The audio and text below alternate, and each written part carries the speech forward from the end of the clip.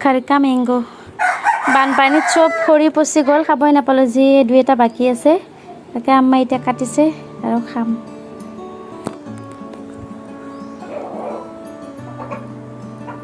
বিসমিল্লাহ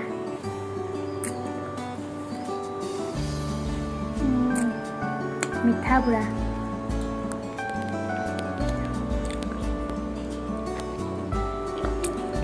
আজি কেনেকুৱা ৰ'দ ভয়ানক ৰ'দ দিছে আমাৰ হে এলোভেৰা বিলাক খাৰ ফুটি সব নষ্ট হৈ গৈছে আবাৰ খাৰ হৈ গৈছে চাহপাত দিওতে দিওতে খাৰ ফুটি গৈছে এতিয়া এখন নতুন নতুন মানে পুলি ওলাইছে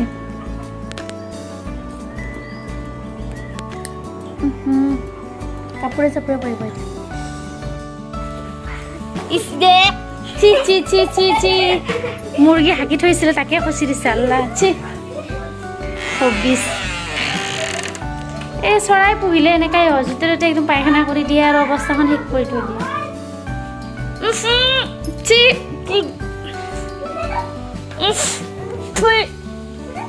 ইজলিনা একদম খচি চব শেষ কৰি দিছি মাই ৱেলকাম টু আৱাৰ হোম সিদিনা ধেমাজিত গৈ কেনে যাওঁতে আহোঁতে পূৰা ফুল এচি গাড়ী তেতিয়া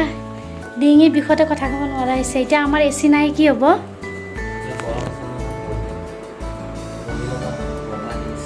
অভেনতে থাকিব লাগে একদম মুখ চুখ কেনেকুৱা হৈ গৈছে আল্লাহ মুখ চুখ এনেকুৱা খিনাই শুকাই মই দুদিন নাথাকোঁতে অৱস্থা শেষ খিনাই গৈছে দেখোন মোৰ দুখ লাগি গৈছে পানী এতিয়া ভাত একো খোৱা নাই হাই এভৰিৱান এতিয়া বনাই আছোঁ মই মাংস মই বনোৱা নাই আম্মাই বনাইছে কিন্তু আম্মাই এনেই বাহিৰৰ ফালে ওলাই গৈছে ইমান গৰম অলপ বতাহ লগাব গৈছে মই এতিয়া চেক কৰিব আহিছোঁ ঠিক কৰি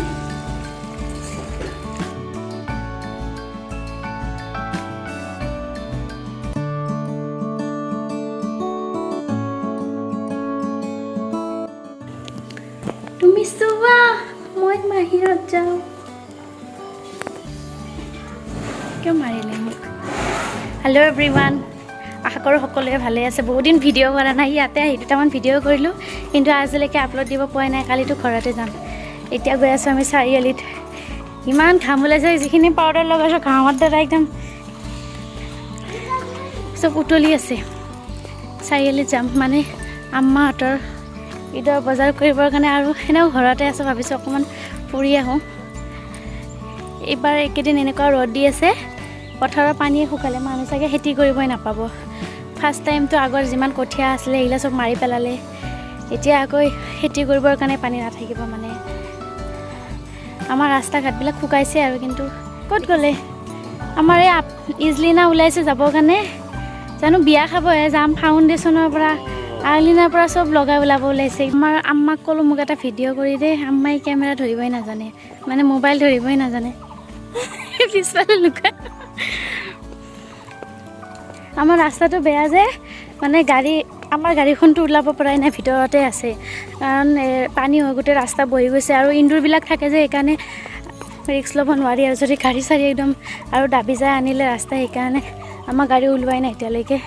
আৰু এইখিনিও পূৰা একদম বেয়া আমি খোজকাঢ়ি গৈ আছোঁ মোৰ লগৰে তাৰ গাড়ীত যাম সি তাতে ৰখি আছে আমাৰ মানে গাড়ী চাৰিবিলাক য'ত আহে টেম্পু চেম্পুবিলাক সেইটোৰ আছে মেইন ৰাস্তাত ৰখি আছে আমি এইখিনি খোজকাঢ়ি যাব লাগিব ৰাস্তা বেয়া কাৰণে চব চাওক ইয়াতে ইমান ধুনীয়া জিকাৰ খেতি আছিলে সেইখিনিতে চব মৰি গৈছে ওখ চেণ্ডেল পিন্ধি খোজকাঢ়িব নোৱাৰি চাপৰ মানুহ এইফালে ওখ চেণ্ডেল নিপিন্ধিলেও নহয় ভাগৰ লাগি যায় এইটো ৰাস্তাটো অৱস্থা একদম বেয়া এইটো ৰাস্তা এয়া মা শাকো দিছে দেখোন মা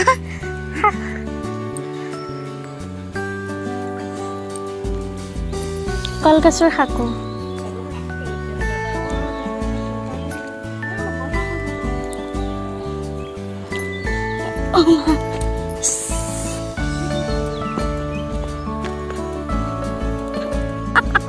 গাড়ীত মানুহ ৰাস্তাত এইবিলাকত চবতে পানী উঠিছিলে তো বুলবুল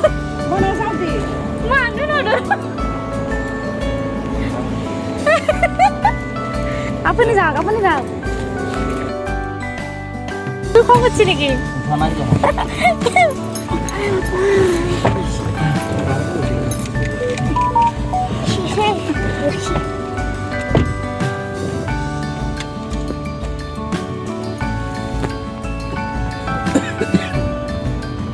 কি আছে এতে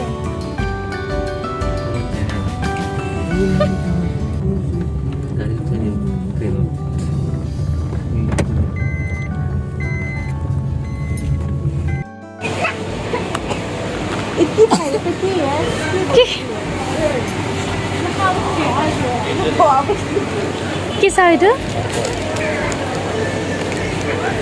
ভালনে পাপৰটো ভাল হ'বনে নীল কি কাউ মিল গৰু গাখীৰ লৈছে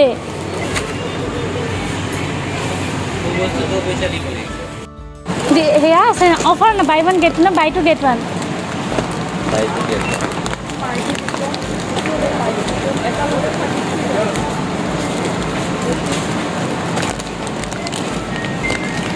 এইটোত নাই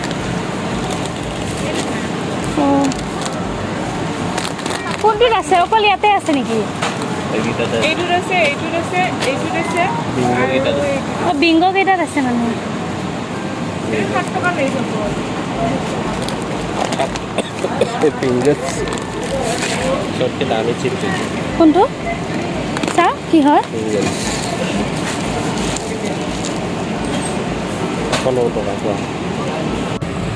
আমাৰ বজাৰ কৰা হৈ গ'ল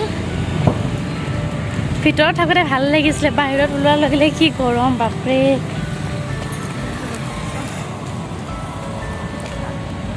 অঁ বুলবুল চাহ চাহ খাওঁ নেকি চাহ চাহ নাখা ক'ত ৰাজস্থানী এই টুপলা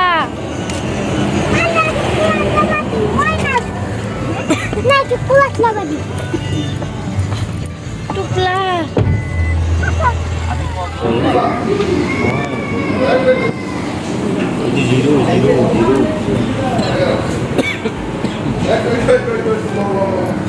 আমি বজাৰ কৰি দিছোঁ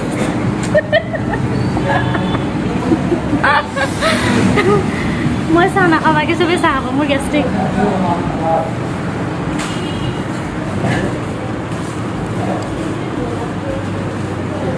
ৰসমলাই নেকি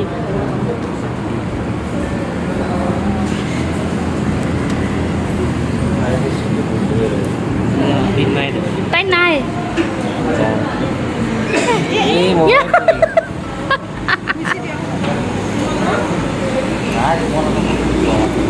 তই এই নাখা নেকি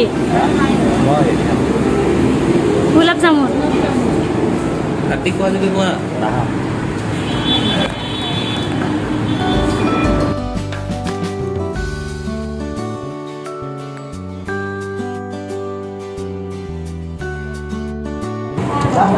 তই ব্ৰইলাৰ ভাল পায় মাছ ভাল পা মই ব্ৰইলাৰটো মই মাংসতে খাওঁ আৰু তৰকাৰীতে মন্দিৰ আমাৰ আপুনি পানী খাব নালাগে ঠাণ্ডা পানী মই দিম নালাগে বেয়া পাব মই দিম চাহখিনি খাব তই চাহখিনি খাবাই নেকি আপুনি খাবনে চাহ চাহটো লৈ লওক আজি বহুত ৰ'দ বহুত বেছি গৰম আমি হোটেলত চাহ খাইছোঁ যে পোৱা নাছিলোঁ আকৌ আমাৰ নিপু চাহ খাব তাৰ কাৰণে চাহ বনাওঁ মই বোলে চাহ বনালে তাৰ টেষ্ট নালাগে সি খাই একদম পূৰা এক কাপ মানে চাহত এক কাপ চেনিয়ে লাগে পাৰিলে তাক মই কমকৈ চেনি দিওঁ কাৰণে মোৰ চাহৰ সোৱাদ নাপায় আকৌ ভিনিয়েকৰ হিচাপততো পাৰিলে মই বেছিয়ে চেনি দিওঁ এতিয়া চবৰে টেষ্ট বেলেগ বেলেগ সি পূৰা চেনি দি চাহ খায় মই চেনি নিদিওঁ কাৰণে সেইকাৰণে মই তাক চাহে বনাই নিদিওঁ আম্মাই বনাই আছে আৰু বস্তুবিলাক বজাৰবিলাক ঠিক ঠাক কৰোঁ একেলগে কিবা কিবি ঈদৰ কাৰণে তেনেকৈ বজাৰ কৰাৰ নিচিনা আছে দুই এটা বস্তু নাপালোঁ চেৱাই সেইবিলাক নাই কালি যামগৈ সেইকাৰণে আজি বজাৰ কৰি আনিলোঁ আম্মাহঁতৰ লগত ভালে হৈছে আমাৰ বাইহাটা চাইডে জিঅ' মাৰ্টখন খোলাৰ কাৰণে নহ'লে মানে চব বস্তু নাপায় যে এতিয়া ইয়াতে ধুনীয়াকৈ ওচৰতে মাজতেতো আম্মাহঁতক কি কয় বেলতলা যে বেলতলাৰ জিঅ' মাৰ্টৰ পৰাই আনি দিছিলোঁ বস্তুবিলাক, নহ'লে বিগ বজাৰ তেনেকুৱা।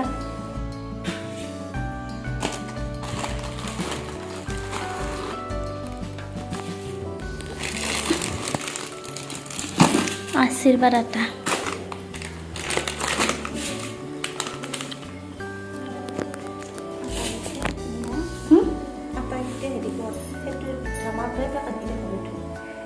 আম্মাক ক'লো আশীৰ্বাদ আটা কি কয় 5 কিলো ল'লে মানে ডিছকাউণ্ট পায়, আৰু যদি আপুনি 1 কিলো লয় তেতিয়া ডিছকাউণ্ট নাপায়। মই আম্মাক ক'লো একেবাৰে 5 কিলো ল'লে আম্মাৰো ফুকা ধৰি যাব বুলি। সদায় দুটি লাগেই ঘৰত, কিন্তু কি ক'ম আৰু বুজিয়ে নাপায়। তথাপিও আশীৰ্বাদ আটাটো বহুত দিনলৈকে আনি থৈ দিলেও বেয়া হৈ নাযায়।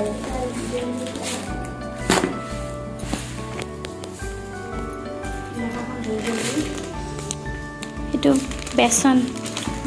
বেচনতো ডিছকাউণ্ট আছিলে, বাই 1 get 1। চুজি,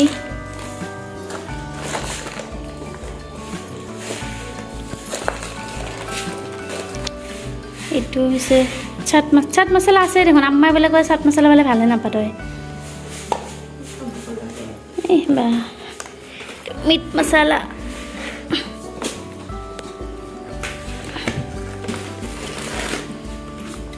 চাবোন। কালি ৰাতিপুৱাই যাব লাগিব। আমি এইবাৰ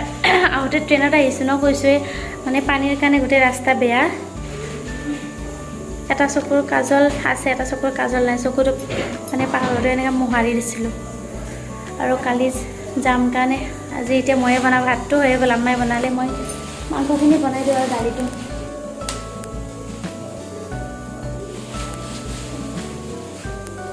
ৰাতিপুৱা 8টা বজাতে ট্ৰেইন আছে, ইয়াৰ আগতে 7টা বজাত 7:30 যাবই লাগিব। এইখিনি মানে পিঁয়াজ আৰু জলকীয়াখিনি এনেদৰে পুৰি লৈছোঁ। এতিয়া এইখিনি নুমাই দিম, আৰু এতিয়া তেলখিনি ভালদৰে গৰম হোৱাত ইয়াতে চিকেনটো দি দিম। আৰু ইয়াতে চিকেনখিনি বেছি ফ্ৰাই কৰিব নালাগে, মানে ডিপ ফ্ৰাই কৰিব নালাগে, জাষ্ট 4-5 মিনিট সময় ভালদৰে লৰাই লৈ ওলট পালটকৈ অলপ ফ্ৰাই কৰি ল'লে হৈ গ'ল। আৰু এইখিনি চাওক লাইট ব্ৰাউন টাইপ কৰিছোঁ। এতিয়া গ্ৰাইণ্ডাৰৰ এটা জাৰ লৈছোঁ, যিকেইটা পুৰি থোৱা পিঁয়াজ আৰু জলকীয়া আছিলে সেইখিনি ইয়াতে দি লৈছোঁ, আৰু লগতে দিছোঁ অকণমান আদা আৰু নহৰু। ইয়াতে ইচ্ছা কৰিলে আপোনালোকে পুৰা বিলাহীও দিব পাৰে। আমাৰ আব্বাৰ মানে ডক্তৰক দেখুৱাইছিলে, অকণমান গাত বেয়া হৈ আছে, সেইকাৰণে ডক্তৰে বিলাহী খাব মানা কৰিছে, সেইকাৰণে আমি ইয়াতে বিলাহী এড কৰা নাই। আপোনালোকে ইচ্ছা কৰিলে দিব পাৰে, আৰু বিলাহী দিলে টেষ্টটো আৰু বেছি ভাল হ'ব। এইখিনিৰে মই এটা ফাইন পেষ্ট বনাই ল'ম। এতিয়া মাংসখিনি ফ্ৰাই কৰা কেৰাহীখনতে আৰু অকণমান তেল দি লৈছোঁ, 3টা শুকান জলকীয়া আৰু অকণমান গোটা মছলা। গেছটো একদম কমত ৰাখিব আৰু তেলটো বেছি গৰম হ'ব নিদিব। এতিয়া দিছোঁ ইয়াতে এচামুচ ৰেড চিলি পাউডাৰ, আৰু এচামুচ দিছোঁ হালধি গুড়ি, আৰু ইয়াৰে লগে লগে আদা নহৰু পিঁয়াজৰ পেষ্ট আছিলে সেইখিনি আমি ইয়াৰ লগে লগে দি দিম। এইখিনি এবাৰ লৰাই লৈ ইয়াতে দিছোঁ এচামুচ ধনিয়া গুড়ি, এচামুচ জিৰা গুড়ি, আৰু এচামুচ দিছোঁ চিকেন মছলা, লগতে দিছোঁ সোৱাদ অনুসৰি নিমখটো। এইখিনি আমি পানী নিদিয়াকৈ প্ৰায় 4-5 মিনিট সময় ভাজি ল'ম। আৰু আপোনালোকৰ যদি এইখিনি অৱস্থাতে মছলাখিনি জ্বলি যোৱা যেন পায়, তেতিয়াহ'লে ইচ্ছা কৰিলে ইয়াতে আধা কাপৰ সমান গৰম পানীও এড কৰিব পাৰে। আৰু এইখিনি প্ৰায় 3-4 মিনিট সময় ভাজি লোৱাৰ পিছত যিটো গ্ৰাইণ্ডাৰত আমি পেষ্ট বনাই লৈছিলোঁ, সেইটো গ্ৰাইণ্ডাৰতে আধা কাপমান পানী দি অখালি লৈ ইয়াতে সেই মছলা পানীখিনি আমি ইয়াতে দি দিম। তাৰপিছত ইয়াতে যিখিনি ফ্ৰাই কৰি থোৱা চিকেন আছিলে সেইখিনি দি ল'ম, আৰু এইখিনি পুনৰ ভালকৈ লৰাই লৈ 4-5 মিনিট সময় আমি গেছটো কমত ৰাখি এইখিনি বহাই ৰাখিম। প্ৰায় 4-5 মিনিট সময়ৰ পিছত চাওক আমাৰ চিকেনটো ধুনীয়াকৈ বুনি গ'ল। আৰু এইখিনি অৱস্থাতে আমি গ্ৰেভি অনুসৰি গৰম পানীখিনি দিয়াৰ পিছত ঢাকনখন লগাই 4-5 মিনিট সময়, যিখিনি সময় লাগে আপোনালোকে যিখিনি কোৱান্টিটিৰ বনায় সেইটোতো নিজে গম পাব। পানীখিনি দিয়াৰ পিছত যেতিয়ালৈকে এই পানীখিনি কমি নাযায় তেতিয়ালৈকে আমি বহাই ৰাখিম। আৰু যেতিয়া ইয়াৰে পানীটো মই অলপ ড্ৰাই টাইপ বনাম, সেইকাৰণে পানীটো কমি যোৱাৰ লগে লগে মই গেছটো অফ কৰি দিম। আৰু যদি ৰেচিপিটো চাই ভাল লাগিলে প্লিজ লাইক কৰিব, আৰু লগতে প্লিজ চেনেলটো ছাবস্ক্ৰাইব কৰি দিব।